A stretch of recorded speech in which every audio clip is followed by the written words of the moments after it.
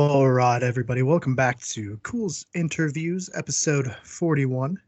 This one's exciting for Sam and I because I don't think we've ever even mentioned Pukwudgies on the channel, so this is definitely new, and I think we got the right person because every time I look for the topic, you pop up, Susy, so thank you so much for joining us. How are you doing tonight? Good. I'm very honored, and that makes me so happy that I come up when you look for puck wedgies now. It's true. Like I searched in the first like 25 videos were like you or like people had clipped parts that you said and then like put it in things. So no, it's exciting. How did you kind of go down this rabbit hole? Because obviously me and Sam are in the paranormal realm and we didn't start out our lives kind of on that trajectory, but what got you going down that way? So I tend to blame my parents for this one. So my dad was very much into the X Files and things like that. That's every Friday night we were watching the X Files, Unsolved Mysteries, things like that. But Pukwudgie specifically, my dad is from Fall River, Massachusetts, which is right on the tip of the Bridgewater Triangle. So that's the area where a lot of Pukwudgie lore comes from. I did not know that at the time, but when I was a kid, my father would kind of use Pukwudgies like the boogeyman and say, like, don't go too far in the woods, the Pukwudgies will get you, or don't go in the pond, the Pukwudgies will get you, and things like that. And I thought it was, something my dad had made up until it was 2013. They came out with a Bridgewater Triangle documentary and they talk about Pukwudgies in that. And I said, oh, that's not just something my dad made up to scare us, I guess. And that was what originally started my obsession with Pukwudgies specifically. And after that, I started Googling and I realized like there's just not a lot out there. And what is out there, like things kind of contradict each other. So that's when I started to really just boots to the ground, go talk to historical societies, talk to the Wampanoag tribe, which is in the areas where a lot of the lore comes from, and just figuring things out on my own, looking for old out of print books and things like that. So that's how it all started. Hey, a search for a good book is never a bad thing. I've spent far too much money in antique stores on old books, so Yeah, absolutely. Yep. but you kind of talking about your family and stuff, and one of the podcasts I listened to you on, you have quite the family history. Yeah. I was just talking to someone about this not even an hour ago. I not sure I even believe in like generational curses or anything, but there's been some weird things I found out about my own family when looking into Pukwudgies. So probably the the first thing that really came up was King Philip's War is very involved in that area. The Bridgewater Triangle is where it took place. So you can't look into Pukwudgies without looking into the Bridgewater Triangle, without looking into King Philip's War. So there is one site from King Philip's War specifically, and one incident I was looking into, and that is Anawan Rock, which I just went there a couple weekends ago, made a video about, my experience there. But what the story was after the colonists killed King Philip, who was actually named Metacomet, Chief Anawan took over for him. And Anawan's Rock was where they were kind of hiding out. And this man named Benjamin Church and his group found them and said, if you surrender peacefully, come back to Plymouth with us, we won't kill you. And he did. He said, yeah, no problem, we'll come with you. They even handed over regalia and kind of sacred objects to them even. So they went back to Plymouth and Benjamin Church had to leave for a few days. And while he was gone, the officials in Plymouth said, I know he said we weren't going to kill you, but actually we're gonna behead you and put your head on a pike. And that is what happened. And I heard this story and I'm like, what kind of absolute monster would do that? And everything just said like the officials in Plymouth and like no names were mentioned. And I actually found it in archives in the Boston Library. It was my ninth grade uncle. Yeah, That it's the was things you find, right? yeah. Um was not expecting that. But at the same time I knew this guy had been a governor of Plymouth Colony.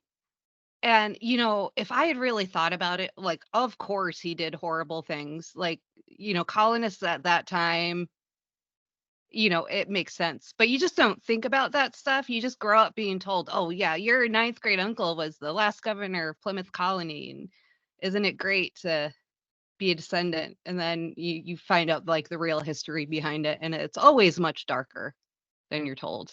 Yeah, no, I can relate there. We have quite the family history ourselves, so there's stuff you've grown up listening, and then you watch documentaries on it, and you're like, oh, he wasn't a good guy, you know.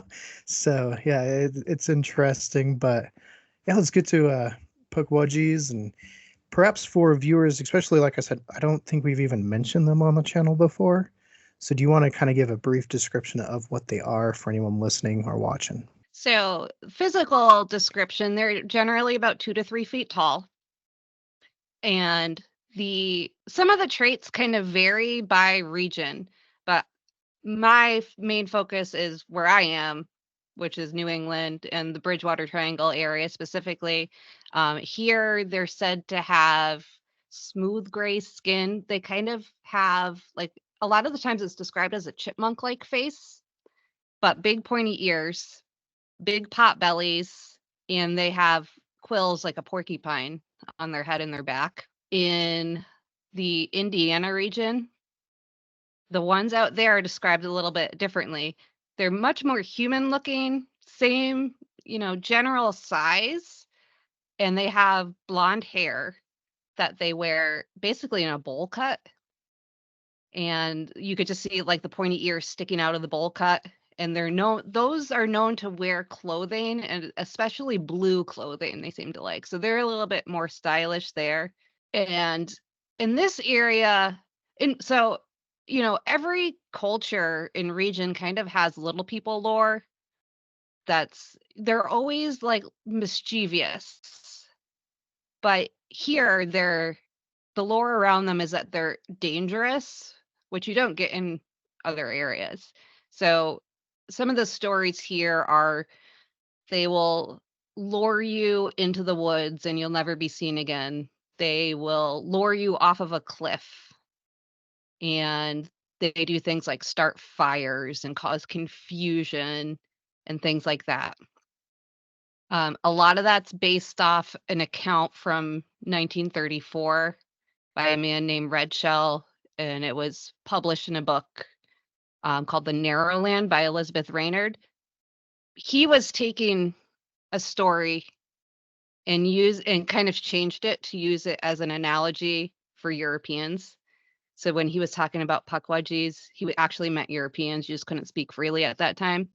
So he used like this existing character they had and made an analogy out of it. So that's why here they're scary and dangerous. In other areas, they'll be kind of just annoying tricksters. Like they'll steal your keys when you're late for work and that kind of thing. They're not gonna like push you off a cliff like they say they do here. Well, and that brings up a question is, are they all related? Because like with dinosaurs, there's like a genus. So you have Allosaurus, but then there might be three different species within them, like Fragilis jamansani, and they're kind of just loosely different than each other. Is that kind of what you think might be going on, or just completely different from each other? Yeah, I kind of go back and forth on how I feel about that, but I think loosely related is probably the best way to describe it. At one point, I thought like what they call Pukwudgies in Indiana and what they call them here were completely different. I'm like, they look different. The only thing is they're short, you know. But then one of the things about the ones in Indiana is they're known to be seen with fireflies And I had never heard that about the ones here until a couple of months ago. Someone, I was actually out in the area. I had my own logo on my keychain. I'm not like that self-centered. They were new, so I had to do it. But he saw it and he said, "What is that thing?" Because I have seen one of those. He didn't know, he'd never heard of puckwudgies, didn't know what they were. And so I talked to him, and one of the things that came out as, he's describing his experience and his sighting. And, I asked him, like, did you smell anything? Did you hear anything? What else was going on? And he's telling me he had to think about it for a second. And then he told me, it kind of smelled like ozone and flowers. And then he said, and you know what? I didn't really think it was weird before, but there was a lot of fireflies out that night. Do you think that's related? And that's when, it could just be a fluke, but it's very odd to have a puckwudgie sighting with the fireflies here when it's reported there also. So I don't know if that is a fluke, but it was, enough for me to make a note of it for sure. When you're studying something like that, I think it's best to note those because, like you said, it might just be nothing, but it could be something, right? And that's maybe that could help us further the research on them. One thing that I was kind of like drawing, I guess, parallels to was sort of the similar, I guess, behaviors as like how people are describing like interdimensional Bigfoots and like shape shifting Bigfoots, and also like the kind of peeping Tom nature that the certain Bigfoots have with women. Like, why do you think they do that? Is it just because it's so different to them? Like, or they're just curious? Like, Yeah, that's one of the things that is always a mystery to me. It's kind of like motives of these other creatures. It's, we have a hard time nailing down human motives, and like animals are still kind of a mystery to us sometimes. So for us to try to like figure out motives of these creatures, I don't know if we'll ever be able to do that. To us, it seems creepy. There's stories of a woman who had a sighting, and then the same creature she saw was peeking in her window multiple times, and that woman actually moved out of the area. And she was very disturbed by that. And I would be too. But if it's not you and you're kind of just looking at the situation, like they're not harmful. They're just creepy.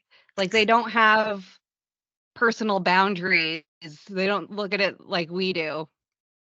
But it's always women too, and that's interesting. And there are tales of women being abducted by puckwudgies specifically in the Hockomock Swamp region of the Bridgewater Triangle.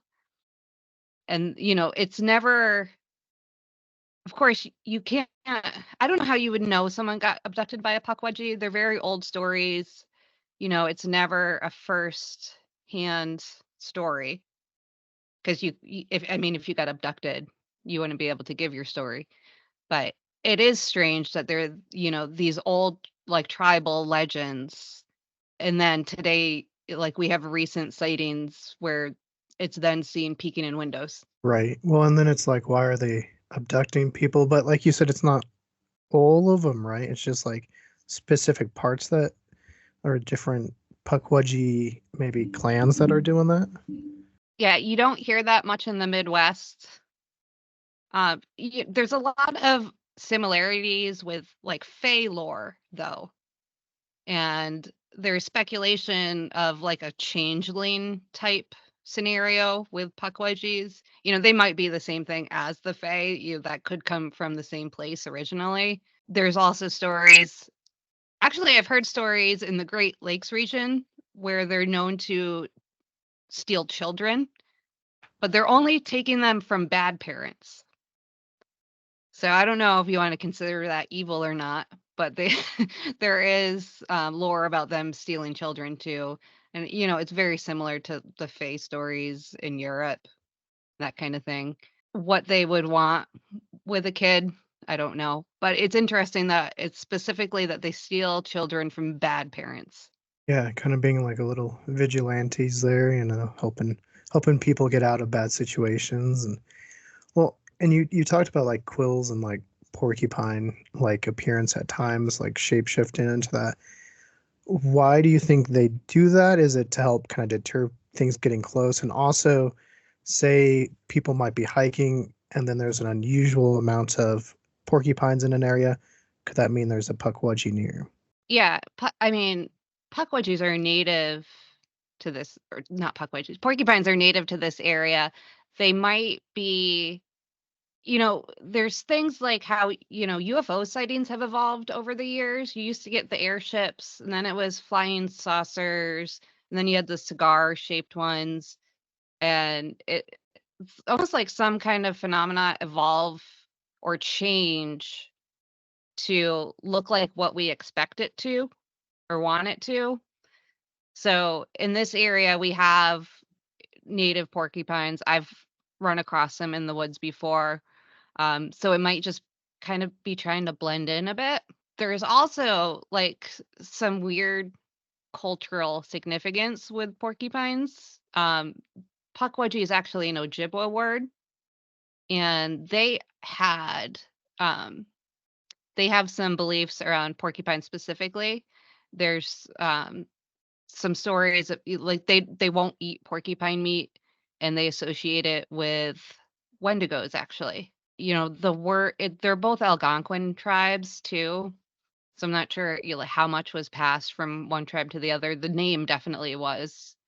The original name here was Makiawisug, and then at some point they started calling them Pukwudgies instead. But there's definitely weird parallels with porcupine specifically. But like I want to point out there, if you read a textbook or you Google Pukwudgie, that's what's going to come up. The sightings I have personally talked to people firsthand that had sightings, they've never had the quills. They've always been just small and hairy with the big pot belly. Everything else is the same, but I've never personally spoken to someone who has seen one with the quills. But every picture on the internet you'll find has the quills in it. And I think that might have been something that used to be the norm, and maybe that has changed. Or we could have two separate things. They're also said to be shapeshifters. Mhm. And I don't know how I feel about that. That might just be an easy explanation.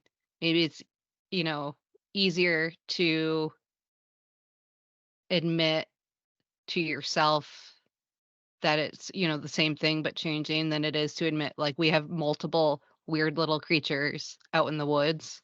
Not sure. Well, and if they're so closely an appearance, we might not even know, especially because we get so many kind of small glimpses of them. It'd be hard. But then one of the things I was thinking, maybe it's kind of like just pop culture has influenced how people think of it, i.e., kind of like how Nessie's now a plesiosaur, even though all the Mhm. original kind of descriptions were very much different than a plesiosaur. And Right. so maybe there's a little of that going on too. Yeah, absolutely. Definitely do think that has something to do with it. Or the Mohegan tribe, which is in eastern Connecticut, their version of the Little People, it's a little bit different than the Wampanoag tribe version. They said that their Little People went extinct basically in the early 1900s, like the last ones died. It's interesting because in Wampanoag lore, they're not like physical beings. They're more like I would actually kind of like call them like a forest poltergeist type thing, or a spirit, a ultra terrestrial kind of thing. But the Mohegan tribe is very much, they were physical beings. They went extinct. And, there was a woman that did an interview in the newspaper, I think it was 1906, who talks about like her parents trying to nurse one of the last ones back to health and they came to get them for help. And it was a very like physical, real thing um, for that tribe, but not so much in others. Some of them, the Cherokee tribe they found actually skeletons in it was Sparta, Tennessee, and they were between 2 and 3 feet tall. And there was a farmer found a bunch, and this was 1800s. So of course, we don't have pictures or know where they are now. But it was very widely publicized in newspapers all over. They had universities coming out to look at them. And he said that the skulls were, about that big or so, and 2 to 3 feet tall. And the Cherokee people in that area said, yeah, they're real, they're physical beings. So it's interesting. Some tribes have them as more physical beings. Some of them, they're more like ultra terrestrial type things. Yeah, like, would you think it's a possibility that, while they are physical in certain locations, like they've gone extinct in other regions, and what the tribes were seeing were like more spirits or residual things popping up? Well, we have ghost humans. Hmm. Could we have ghosts of other things? I mean, I'm It not would. saying I've looked for ghost dinosaurs, but we might have. It's kind of so. A while back, I brought up, I said, why are all ghosts Victorian? To one of my, I'm not like a super big ghost person. I'm trying to get a little bit more into it now, but I was like mouthing off to one of my friends. I said, why are all the ghosts Victorians? Why don't you see caveman ghosts? She's like, well, Susie, they move on eventually. Like I'm like, okay, fair point. Yeah, and then it's like, well, what is that? Like, what helps them move on? Is it like just a certain amount of time you got to wander around, and then, yeah, no, we've done our fair share of ghosts, and mainly it's like, I guess, human spirits or whatever, and a couple times I think we've seen like animal spirits. So I mean, I think it would be possible. I mean, I definitely saw an animal spirit. Oh yeah, your dog. Yeah. Yeah. And maybe the reason maybe there could be like caveman spirits out there, but like a lot of things we can't really perceive it or like don't know what it could have been like. So maybe we are seeing them, but like sometimes with like crafts or ghosts, you don't actually perceive it in the correct way. And so we just don't know. Yeah, one of the interesting things too about little people sightings in all areas is, and I'm talking about the ones that aren't, flesh and blood physical. They seem to be like using energy to like manifest here, and what you have are like balls of light that appear along with these sightings. They start out sometimes as red and kind of cycle through the spectrum. So red, orange, yellow, green, blue. And, then they'll kind of fizzle out. But before red in the spectrum is infrared. The other thing that has been reported is high pitched sounds. And sometimes the high pitched sounds will kind of start to change frequency to lower pitch. So you always have something starting at like one end of a spectrum and moving to the other side, like it's kind of like cycling through. And I think that might be why in a lot of the sightings, it's dogs, people walking their dogs, and they don't notice it until the dog starts acting weird. There's just a ton of sightings that start that way. Dogs can see infrared. Dogs can hear higher pitches, so they're going to see that first. To me, it sounds a lot like they are kind of like cycling through light or sound spectrums to kind of get here.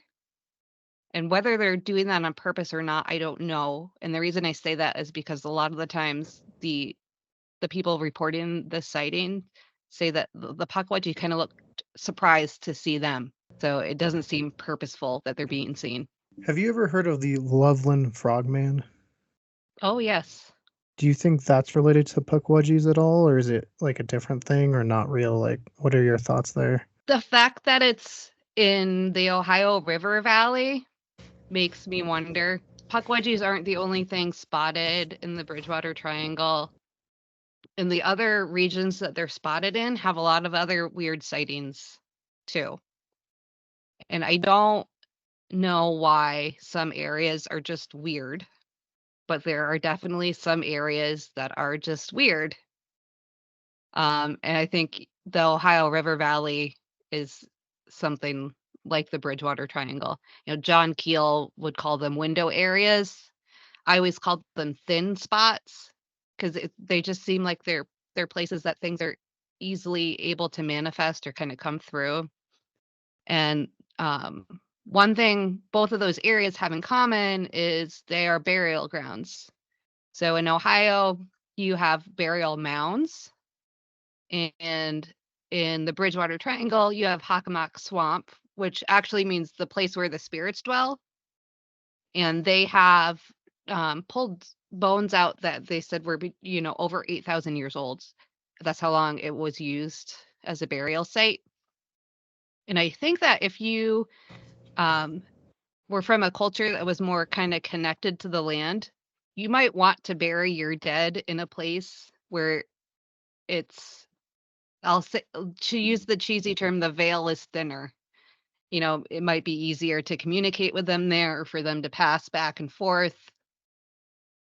Not sure, but it does seem that's one of the common denominators in all of these kind of high strangeness areas is you have a water source, a river, a swamp, and you have burial grounds. And a lot of so in Hockomock, there are like those high tension power lines, those huge ones. Those go right through it, and the sightings tend to be near there. Um, I found other Pukwudgie sightings near a nuclear power plant in Illinois. So I think sometimes electricity might be involved too. It might be part of what they need to be able to kind of pass back and forth. Yeah, But to that help one's them like pure cycle through. speculation. Well, Yeah. it's a good observation though, for sure. Have Well, Pukwudgies been like mentioned or talked about in like other countries? If we have gone over this topic, I apologize, but has like there been any stories in like Europe or Asia or South America that you know of? Yeah. So different names, but very similar stories. And there's some kind of weird similarities too. So in Europe, you have the Fae, leprechauns, elves, dwarves. You have the kobolds in Germany. And in South America, they have the duendes. And one of the interesting things about those is they are known to have pointy red hats. So very much like Scandinavian gnomes. It's a very weird thing to have too. And these are very old stories. And also the Philippines has their version. I believe they use the term duendes there too, but also like the pointy red hats there too. And little people lore, it's some of like the oldest folklore in the world. And it just every culture has it. Always, like some regions in South America, you get weird things like duendes are known to eat toenails, and weird specific things pop up. But there's always weird similarities too, like the red pointy hats. That weirds me out. Like, how would these cultures? I don't think Scandinavia and South and Central America had much contact 1,000 years ago, but that's how old some of these stories are.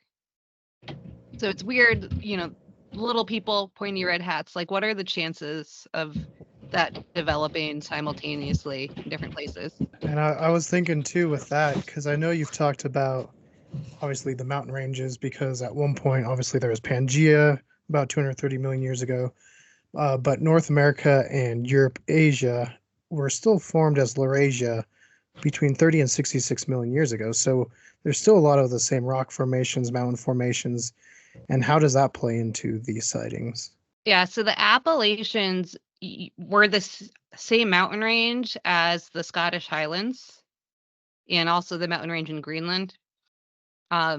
These sightings, a lot of them happen along tectonic plates, fault lines, the edges of continents. So where I am was very close to England and Pangea. And if you kind of like make a map of little people lore, it follows lines that follow fault lines. The Appalachians are known to be kind of weird and spooky, so are the Scottish Highlands, and you have very similar lore in those places. Even so, I was talking about the orbs of light. They call them Taipei here in England. In the UK, they call them the will-o'-the-wisp, or some places I've heard them called spook lights, but it's the same phenomenon being reported in both of these areas where you have the little people lore. So I personally think that there's some connection with the land itself. What that connection is, I don't know, but you can map it out. It's very strange. Well, that's part of the fun of it. At least for me, I love finding the mystery and then trying to get to the bottom of it. At the same time, I'm like, I hope some of it doesn't get solved so the next generation has some stuff. Because it was so much fun for me. You mentioned the will-o'-the-wisps, and I don't know if you would know this, but was George Lucas inspired by that at all? Because I know that the original like Star Wars title was like the Journal of the Wills or something. Oh, I was not aware of that at all. Mm. He may have been. I'm not a George Lucas expert by any means. I just didn't know. I was like, me and a buddy at work were talking about it, and I was like, that might be a good question to ask. Going kind of like the Bridgewater, almost said tragedy, the Bridgewater Triangle, and the amount of activity you were talking about, like a thinning there, or a flap or a window for what other people might call it. Is there something geography wise that might be causing these thinnings? Like, what do you think causes that? Well, the swamp itself was formed by glaciers. And it's a swamp. There's a lot of caves, streams, lakes, that kind of stuff. And also Anawan rock that I was talking about earlier, that's called a pudding stone. The actual rock itself, what it's made out of, those were brought down by the glaciers and like deposited there as they retreated. Those pudding stones that are in that area actually came from Greenland. It's a cool stone too. It looks like cement with a bunch of rounded pebbles in it. It is huge. I think it just has to do with the earth itself. I mean, a fault line, literally the earth is thinner there too.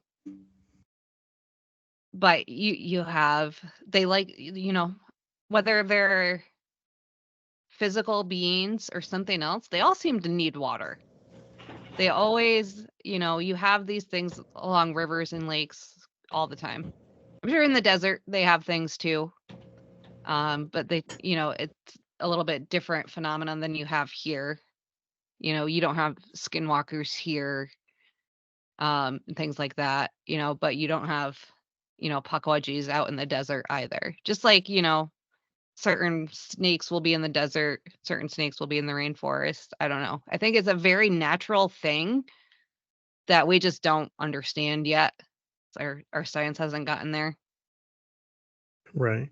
Yeah, no, skinwalkers are interesting. Our buddy is Navajo and grew up on the reservation, and he's got some skinwalker stories that are kind of crazy. So, but like looking back at the Pukwudgies, how have the stories and encounters of them, like, are they evolving as we evolve? Like, because obviously going back thousands of years when there wasn't really anything built up to now with modern day and like stores everywhere and this and that, how have the Pukwudgie sightings evolved to deal with those? Yeah, if you go with, written record or, information passed down through the Wampanoag tribe, they used to be much more common to begin with and interact with humans a lot more than they do today. And it makes sense too. Like at one point, bears were extinct in that area completely because of humans. I don't see why other creatures wouldn't work the same way as, known flesh and blood animals too. And they were more they lived in like tribes themselves and interacted with humans more, but now you just see an occasional lone one by itself. And it just feels like, kind of like I was saying, the Mohegan tribe said that, that they went extinct there. I feel like, it's something similar here. The more humans are around, I think the less other creatures want to be around, unless, it's raccoons that want to eat your garbage and things like that. But I don't think pukwudgies do that. Now, was there a story of one like getting caught like taking a shower? Is that what I heard? Yeah, that has happened. I have also spoken to someone who thinks that they saw one in a grocery store bathroom too. That's more Midwest pukwudgie behavior. So in the ones here, they're always seen in the woods, along trails and things like that. But the duendes in South and Central America, those will come in your house. They are known to do that, and they're said to like live inside of walls and things like that. So you have, different behavior in different areas. Some are a little more shy than others, but and it makes sense for the areas too. If, the pukwudgies in the Bridgewater Triangle witnessed King Philip's War and everything else that happened there, I would not show my face around humans either, because we're terrifying. Right. Yeah, it's the bloodiest war in American history, I think, by capita. It is, yeah, and they don't teach it in school. They just tell you, there was the first Thanksgiving, Plymouth Rock, and then all of a sudden we were a country. And they Right. skip over all of that in the middle. Right. There's a guy I learned a lot through. I think his channel's name's Atin Shea. He has like a whole playlist of King Philip's War stuff, and yeah, it's definitely a time where you think. Well, plus then there's a lot of other stuff that happened after that. Where if they're watching that kind of stuff going on, why would you want to come up and talk to people? Even Right. today, there's bad stuff still going on. So I'm sure they're like, I'm just gonna stay secluded over here and not mess with it. Oh yeah, even the traffic there would, Mm-hmm. keep me away if I was one of them. Hey, it keeps me from Denver, so I wouldn't blame them. We don't go to Denver that much. There was one I was listening to, and it's not pukwudgie related, but you're talking about giant snakes. And now I want to go hunt for giants, like not like kill them, but like go find them and take pictures, because that would be awesome. I love snakes. So yeah, I've been working with another researcher who actually, he's a kind of like a specialist in stone structures and archaeology in the area. But through his research, he's also found strange things happening around these mysterious stone structures we have. So we were kind of putting our heads together, and we were kind of deep diving the giant snakes. And there's one account from 1939 that showed up in a newspaper in 1980, and that's how we found it. And the story is that some workers were going in, to I believe like clear a trail or something like that. And they saw what they described as about a 25-foot long snake, or I believe it was multiple snakes, and they said there was as big around as a stovepipe. What we're concerned with is we've also found colonial accounts that describe them the same way, as big around as a stovepipe. And the colonial accounts, I think, might be valid. I think that story might have been plagiarized a little bit, I'm going to say. Not to say that, it's just possible. Those stories have the weird similarities. And, this one researcher in the 70s, I'm not going to throw names out, but he kind of like he named it the Bridgewater Triangle, and he did a lot of the original research. He would sometimes mix up facts between stories a lot, so it might not have been intentional. But we don't have any recent sightings of those. I would love to go out and find a big snake out there someday, though. I still have hope that it'll happen. We're just not sure like how reliable those ones are, because it was from 1939, but it just shows up in 1980, and there's no other accounts of it. So we're not too sure about that. But there are colonial accounts, and I mean, you could chalk that up to like moldy bread or whatever you want to, but it's a little bit it's too much. They're they would know the difference between a huge snake that's out of place and like something that should be here or something else. I don't, we're not any smarter than they were, really. I think, a lot of people like to think, we know so much more now than they did, but we don't at all. Humans have, always been roughly the same. So, I don't think that they would have much reason to make that up. They were, pretty busy trying to just survive there. It was rough at first. So they didn't have time to sit around making these stories. You also have one of the first documented UFO sighting in the US was also taken in that area. That was back in the 1600s even. So like those real old ones, I tend to find those a little bit more credible than when, TV started to pop up, and then, podcasts now and things like that. But there's definitely a history of it. There's definitely, something there. I take that back. I might not want to run into a huge snake when I'm out there. Now that I've thought about it, I'd like to see it from a distance, maybe. Oh no, I'm gonna go snorkeling with it. That is like a life dream of mine, is to go to the Amazon and snorkel with an anaconda. Like that'd be so cool. Yep, there is a place called Lake Nipponicket. They call it the Nip because it's hard. But that is, if you're ever up in that area, that is one of the places you have to go. There's multiple different types of Bigfoot sightings there. You have pukwudgies. There's possibly some giant snakes, UFOs, all kinds of fun stuff there. Oh, and ghosts, of course, because there's ghosts all over the place. And one of the things there specifically is phantom fires. There's an island in the lake. People have like seen, you could see like a campfire on the lake, and then you row out to the lake and there's nothing there. Things like that. But that's a real cool spot.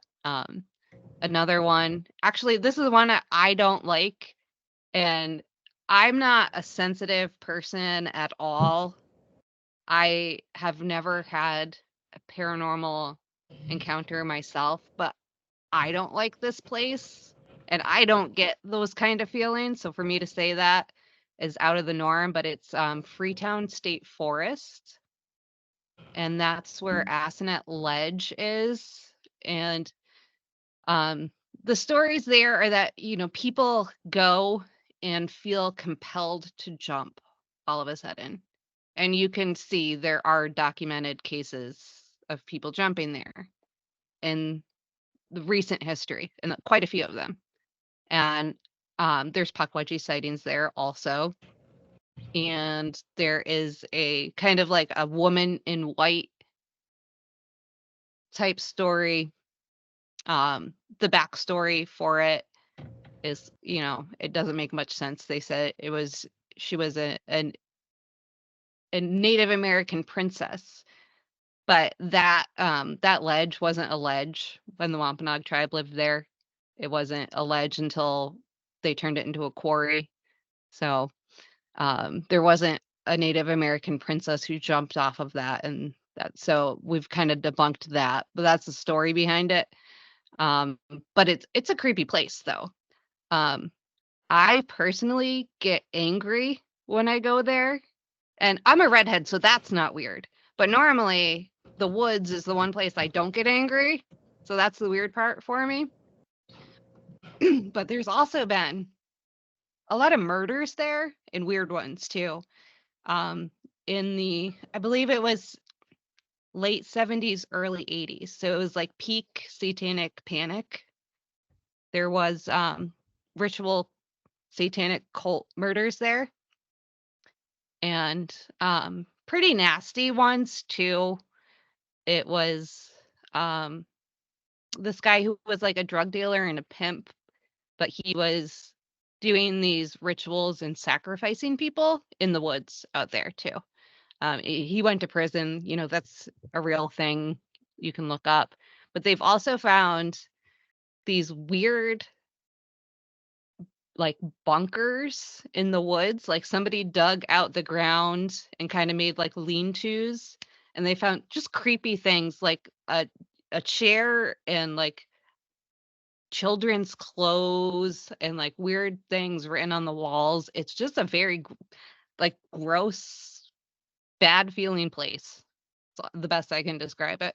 Kind of reminds me, there's a place here that me and Sam have been to where I don't know if it was the 80s or 90s, but there's people like doing rituals up there, and like they did find like 2 murders up there, like hidden kind of under a ledge. And so yeah, that's interesting. Another thing that you said was the being compelled to jump, because there's a story we keep getting told, and we just haven't researched it yet. But there's like an old like children's home, rehabilitation home down in Denver, I guess. It has like 2 towers, and apparently at the same time, the German Shepherds jumped out of both windows on opposite sides. And then later they got new ones, and they both did the same thing again. Oh, And I that's was not. like, that I don't know why that brought it up, but I was like, that is weird, because I wonder why, like, what causes that feeling in people or animals. Yeah, I don't buy the backstory that people sell on that place, but the fact that I felt weird there and I don't feel weird anywhere. Like I've been to like, you know, Eastern State Penitentiary and, you know, I've been to I've stayed overnight in the Lizzie Borden house. Fine. Go out in that one weird spot in the woods and I don't like it. Hey, no, that's like me. We went to Waverly Hills, and that was so much fun. Stanley was disappointing, but usually when we go to a place and it's supposed to be really haunted, and people always say demons, even though it's probably not a demon, I just feel the like overwhelming urge to just take a nap, and I don't know why, but I feel just like so I'm at peace. Yeah, the Lizzie Borden house is actually the next town over from Freetown, where Mhm. that place is I'm talking about. And a lot of people kind of attribute that to the Bridgewater Triangle. Um, I didn't, I wrote that off until I went there myself. And, you know, whether you believe it was her or it was someone else, there's also a story of her, I believe it was her aunt that lived next door, who she drowned 2 of her kids in a well in the basement. And then I believe tried to kill herself too. She took her husband's like straight razor. You know, not not a good story, but you know, that's right near this place where, you know, people feel compelled to jump and there's all these, you know, strange ritual murders. Um, but yeah, it's like it's literally right down the road from that. But I did not feel that staying in the Lizzie Borden house. I felt that bad feeling in the woods specifically. Well, like kind of going off that with the just the nearity of the triangle. Is there anything like that kind of near the Velisca axe murder house? Like any like thinnings or openings or flaps or whatever? I don't think I've heard anything in Iowa. I'm not saying there couldn't be. I haven't gotten nothing has come up for me in that area though. But they also think that guy might have like come through on a train Hmm. also from another area. Yeah, there's 2 in That would Colorado they think he might have done. oh, interesting. Yeah. There's a book, I think it's called Man on the Train. It's over there, but it's about that. It's kind of interesting. I don't know if it's true. Like at this point, how are we going to find any of the evidence? But it's That's interesting interesting. My nonetheless. son wants to stay there, so you can stay overnight. I am a little put off because you have to bring a sleeping bag and sleep on the floor there. I'm a little too old for that now. So, but we'll see. Maybe for his birthday or something one year, we'll go. Yeah. Well, I think they have options too where you don't have to like stay the whole night, but I would recommend it. Same with if you ever get the chance, I don't know if you've gone to Waverly Hills. It's super cool. No, I have not been yet. I tend to not wander too far from New England, but we have some stuff on the list that we need to get to. So Point Pleasant's next, and then we'll see what's after that. Yeah, no, we got to get to Point Pleasant. We have Mhm. our friends Bill and Jackie. They wrote a Mothman book, and they go to the Mothman Festival now all the time, and it sounds like so much fun. We get so busy about that time with the Roswell Festival and all that we don't get out that way. Yep. Someone that I occasionally co-host with, Steve Ward, lives there. So I Okay. have no reason, like I have no excuses to not go. I should have been there already. So that's got to be next.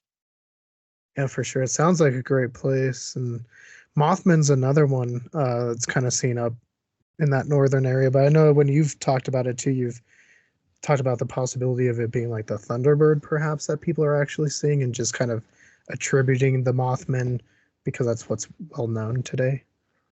Yeah, so Mothman from Point Pleasant seems a little bit different than other, flying humanoid sightings. There was one I believe it was 1977 in the Bridgewater Triangle. It was actually spotted by a police officer, and um, it was late at night, and it was kind of like close to an intersection. He saw somebody walking. He actually thought it was a hitchhiker. As he pulled up closer, erupted wings out of its back, and he said it flew straight up. So like it wasn't flapping. That's more like the Point Pleasant Mothman. But then there are other sightings that are, literally just huge birds. Birds that, seem impossibly big. And, there's um, tribal legends in both areas too. Um, a lot of little people sightings in the Midwest. There are also Thunderbird sightings in those areas. But the thing that was different about like Point Pleasant Mothman was there was so much other stuff going on at the same time. Like if you read the book Mothman Prophecies by John Keel, Mothman isn't even the interesting part of that story. I don't know how, we only talk about Mothman. There were so many other weird things, and there was actually a little people sighting in Point Pleasant during that Mothman flap in the 60s. He mentions it briefly in the book. He talks about little people, little tidbits, but it was along the riverbank, the Ohio River, kind of near the bridge. But there was a ball of light, just like you have with other little people or Pukwudgie sightings. And then they saw literally a little person on the riverbank there. And that was during, that flap in the late 60s when you have all this other stuff going on. So there it was like this like concentrated burst of weirdness. And then it kind of fizzled out. Um, in other high strangeness areas, you kind of have more sporadic but constant things. I don't know what the difference was. Maybe the conditions were right that year for something to happen there. But you also have, Thunderbird sightings along the Mississippi River. There's actually people that think that they migrate from like the Illinois area to the Ozarks just seasonally, like any other bird would, which is interesting. Um, but there's two different things. Thunderbirds, literally huge birds. And then you have like the winged humanoid sightings, which feel a little bit different to me. But there's that one sighting in the 70s feels more, typical Mothman like to me. But there's also been pterodactyl sightings in the Bridgewater Triangle as well. But those are, I can't find any recent ones like that. So maybe that is something that has kind of died off energy wise and isn't happening anymore. But I'm waiting. I'm waiting for somebody to email me and say, guess what I saw? I wish I could be that person, but unfortunately, I have not seen one yet. I think it'd be cool. Our buddy John, he's a writer, but he wrote about the Tombstone pterodactyl or Tombstone thunderbird. So it goes by either. And that one's weird because it had like the face of like an alligator and a long neck and looks more like a dragon. So I don't know. That was interesting, and especially back in those times, like the dude, if he had killed that guy, would have probably got hung. So why is he? I guess that could be why he said that happened. But yeah, the time period I never know what to make of is the 70s. I wasn't alive in the 70s, but to me it just seems like it was absolutely wild. Like you have all these UFO sightings, Mothman had just happened, there's the Bridgewater Triangle was like constant sightings during that time. I mean, and then, serial killers everywhere. It just seemed like a crazy decade, and I never know quite what to make of that. But it does seem like these flaps kind of will like crescendo at certain time periods and then be dormant for a while and then kind of pop back up. yeah, no, I actually was wondering that the other day because I was listening to some true crime stuff, and I was like, what was it about the 70s? Like, why is there so many of these dudes just running around doing this stuff? Like, what was in I the think we water? got better at catching people then, Knowing maybe. the signs, maybe? Yeah, well, there was a point in history where, I mean, you just had to move to a different town and give them a fake name, and you're good. No one would ever catch you. But technology started to advance just a tiny bit in the 70s, but it was enough to like be able to like track down somebody rather than just out of luck. Like the Victorian era, not that there wasn't good detective work, but usually if you caught someone, it was accidentally, you know. But also, like you just had Vietnam, and things might have been a little weird for people at that time too. Yeah, no, for sure. We do a lot with the Wild West, and you see that all the time. Like people go do something in one state, and all you have to do is just get over that state line or that territory line, and you're good. They ain't gonna come Yep. find you. Like, Yeah. well, so how's the paranormal world been with your research and stuff? Like, have it's been well received, or have you had some pushback? Like, how's that going? Oh, I've had straight up hate mail. But I've That, also met a lot of great people along the way. So like the theory about the Bridgewater Triangle, it's the Native American curse. I don't believe that. It was weird before King Philip's War. I don't think King Philip's War helped the situation, but Hockomock means place where the spirits dwell. Why would you name it that if it, there weren't spirits dwelling there? So, and there's these stories going back hundreds and hundreds of years. So I very adamantly speak out about that not being the cause for the Bridgewater Triangle. But there are people that, have written books based on that premise and, done documentaries and this and that don't like that. So I've gotten a lot of pushback for that. But I stand behind that. You can send me hate mail if you like. right? Yeah, no, I get that there. We get lots of comments, so usually good. But then there's those people that are like, "Yo, what are you doing?" It's just like, "Hey, I'm just talking." I'm like, I don't know. I always feel like if we all work together, we could get a lot further in this field. Absolutely. Yeah. And I kind of stayed away from like sharing or working with other researchers for a long time because, there'll be researchers about, and then you go and you find them on social media and follow them, and then you see all this drama is happening. And I said, I don't want to get involved in that. But then at one point, I had seen something that kind of pushed me over the edge, just like really bad, crazy videos with bad information being posted. I'm like, you know what? I got to put myself out there and set up the blog, started talking to people, got hardened my skin up a little bit so I can take the hate mail now. But, it was,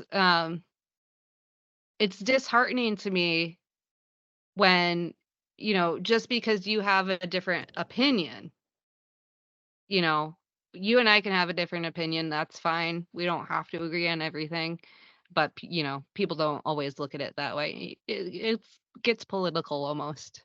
Mhm. But when you are, I made the Thunderbird connection by talking to Steve Ward about Mothman. And, I might not have figured that out by myself without, talking to other people. And there's been a lot of great people along the way that, just to bounce ideas off of other people or, hey, I saw this article that you might be interested in. Just something simple as that. We really get a lot further when we do that. And, since I kind of got over my fear of the paranormal community a little bit and got out there, I've, gone a long way just from doing that. Yeah, and I think it's getting better. I mean, we've been doing this since like 2007. Ghosts, like, it used to be so bad, but I think ghosts have gotten a lot better, and cryptids is 50-50. I live in Warren territory. So, so ghosts have not gotten better here. So we have like the Warrens and the anti-Warren groups here. So it's like everything's a demon or nothing's a demon, and you have those things. But there's a lot of great people too. That's kind of like my point is the great people kind of get lost in the mix sometimes because everyone's just focusing on the drama, but you kind of have to just ignore that and you realize that there really are great people out there. Mm-hmm. Yeah, no, we pigeons at the sightings. Yeah, Sam says that because there was an old TV show where they were on the Queen Mary, and they kept hearing a pigeon, and it would go like just like a pigeon, and they're like, "It's a demon," and I was like, "It's a pigeon." Like you can. Demon. And why would there be a demon on the Queen Mary? Like it doesn't make sense. Yeah, they lived about an hour from where I do, so there's like lots of local people that have some colorful anecdotes about their experiences with them over the years. How did the movies go over in that area? A lot of people have the same opinion where like they're good movies. It's just not factual at all, like especially The Conjuring. Yeah, A Haunting in Connecticut isn't horrible, but you have like the families who went through this saying, no, that's not what happened. And then Warren saying something else. You can't believe the researcher over the experiencer about what happened. That's crazy to me. Even me, like if I tell you one thing and the person that saw it says something else, don't believe me. Like go talk to them, and, make your own decision about what actually happened. Just, believing the person making the movies and getting the money from it over the people it happened to is what people here take issue with. And also, so some of the stories here they would not help people that were of different religions. And they use scare tactics to try to get people to convert to their religion by calling everything a demon, like pigeons, I know. First government drones, now demons. What's next? I know, these poor pigeons just living their life. Is it a bad rap? What are the pictures behind you? Because every once in a while your head will move. Okay. These are the Kelly Hop. Hopkinsville Goblins. All right. And those are by Morgan Evans. She's an artist out of Kentucky, and she does commission work. So if you want paintings of Kentucky goblins for your office, she will do them. A little plug for her. Hey, we might have to check that out. No, I love Kentucky. Actually, my school was Louisville, so I spent some time in Kentucky. And Kentucky's another one of those kind of weird places. Just like there was like a ghost like deer that would just run at cars, and like they'd think they hit it, and then it was just gone. I looked into little people lore in Kentucky, and I found one story of this man who said he captured one, and I forget what he called it. I think he called it like a milk bread jug. I'm not sure what that is. I picture it like I grew up on a dairy farm, and we had like Those big milk milk jugs. Yeah. canisters. I think that's maybe what. I'm not sure, but he said he kept it inside of that to protect his property. I'm not sure, like, keeping a little person hostage is gonna get them on your side, but that's what he said. That was was an interesting one. Yeah, I mean, it might cause a revolt of the other ones if there's any more left in the area. Like, Right. I always say, like, people say short people are mean, and I'm fine if you leave me alone. And it's the same with little people, or everything says if you're nice to them, you're no problems. Then, it's only if you're messing with them. Like there's stories of duendes specifically whose homes have gotten destroyed. And then all of a sudden, the person who did it, their life starts to fall apart. They lose their job, their car breaks down, stuff like that after. Leave them alone and you're fine. You're just like me at a gas station. You leave me alone, you're gonna be fine. well, it's kind of like the Tanta. They give porridge to keep good luck with their farming and stuff. And the Tantas are interesting because it's kind of like what you were saying with the red hats and everything, and it's interesting, all of it. One last thing, I guess, for me is how does like dreams, do you think they play into like all the paranormal world and stuff like that? I specifically had a dream problem. That's my one somewhat paranormal experience. Um, and I still don't know if I feel like it was a paranormal experience. When I tell other people, they're like, "You absolute idiot! Of course that is." But when I think about it, it's hard to believe. I think when you're looking at your own experiences, but I had a dream. I had reoccurring nightmares of being back in my hometown in this one specific house that I had never been in. I didn't know the owners. It was next door to a farm I worked at after school. And in the dream, I'm there helping them, and I go to leave, and the transmission is not in my car anymore. It's just missing, like dream logic. I don't know where it went. It's just gone. And then I go to the woman whose house it is for help. And, she starts screaming at me, telling me I have to stay there and she won't help me. And after having this nightmare for about 3 weeks, I called my mom, asking her about, do you know this house or who lived there? She said, that's the house your grandmother grew up in. And the lady, she said, that sounds like your great grandmother. She was like a real mean woman. And she sent me pictures. That was the woman in my dream. And I had never been in that house. I did not know my grandmother grew up there. Apparently my grandmother and her mother, so the mean woman in my dreams, had a falling out when she married my grandfather.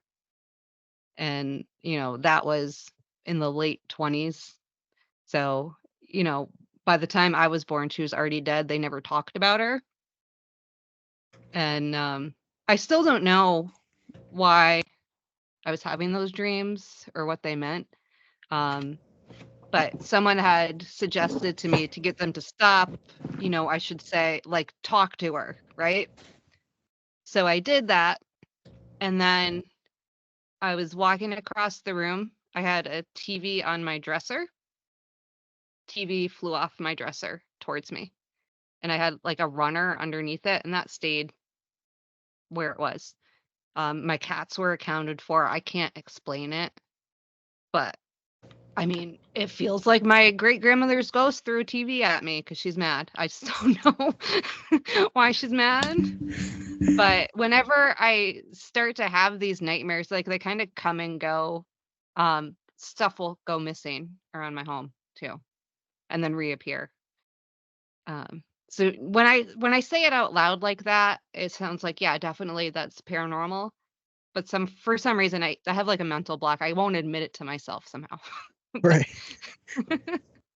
No, I get it. Having experienced stuff myself too, I'm always like, well, that probably was just this or that, you know. Sam knows. Even though we're like paranormal and we go do that, I'm like super skeptical, especially if I've experienced it. I don't know why.